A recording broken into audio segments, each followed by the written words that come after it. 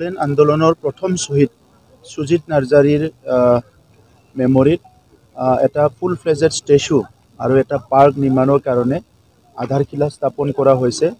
প্ৰায় 2,80 লাখৰ এটা প্ৰজেক্ট এটা বনোৱা হৈছে।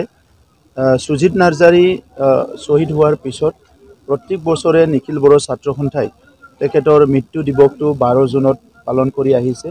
আৰু ৰাস্তাৰ ওচৰত আগৰ সময়ত আমাৰ নিখিল বড়ো ছাত্ৰ সন্থাই কোকৰাঝাৰ ডিষ্ট্ৰিক্ট আৰু সাউথ কোকৰাঝাৰ আঞ্চলিক লগ লাগি যিটো ষ্টেচু বাটিপাৰাত ৰাস্তাৰ ওচৰত নিৰ্মাণ কৰি থৈছিলে, তাতে সকলো তেখেতক স্মৰণ কৰি আহিছে ইমান বছৰে। আৰু আগতে সেইটো পাৰিব লাগিছিলে, কিন্তু পলম হৈ গ'ল। মই ধন্যবাদ জনাওঁ আমাৰ সাউথ কামৰূপ আঞ্চলিক সাউথ কোকৰাঝাৰ আঞ্চলিকে আমাৰ ইয়াত মানে প্ৰায় 4 বিঘা মাটি তেখেতসকলে দিছে, য'ত তেখেতৰ ফুল ফ্লেজেড ষ্টেচু আৰু পাৰ্ক কৰাৰ কাৰণে আমি কামটো হাতত ল'বলৈ পাৰিছোঁ।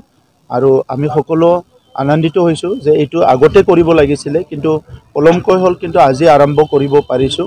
গতিকে বড়োলেণ্ড আন্দোলনৰ প্ৰথম শ্বহীদ সুজিত নাৰ্জাৰীক যিখিনি শ্ৰদ্ধা দিব লাগে, এই শ্ৰদ্ধা দিবলৈ বহুত চেষ্টা কৰিছে, কিন্তু এইটো সম্পূৰ্ণ হৈ যোৱাৰ পিছত আমি ভাবিছোঁ যে তেখেতক শ্ৰদ্ধা দিয়াটো আৰু অলপ মানে ভালকৈ হ'ব। তেনেকৈ কৰি পেলাই এই প্ৰজেক্টটো লোৱা হৈছে। 1 বছৰৰ ভিতৰত এই পাৰ্ক নিৰ্মাণ কৰা আৰু ষ্টেচু নিৰ্মাণ কৰা কামটো কমপ্লিট কৰিবলৈ আমি এটা ৰোডমেপ এটা তৈয়াৰ কৰিছোঁ, টাইম লাইন এটা তৈয়াৰ কৰিছোঁ। মই আমাৰ কোকৰাঝাৰ জিলা এপছু আৰু সাউথ কোকৰাঝাৰ যিটো আমাৰ আঞ্চলিক কমিটি আৰু বাটিপাৰা অঞ্চলৰ সকলো ৰাইজক অনুৰোধ কৰিছোঁ যাতে এই কামত সকলো সহযোগ কৰে।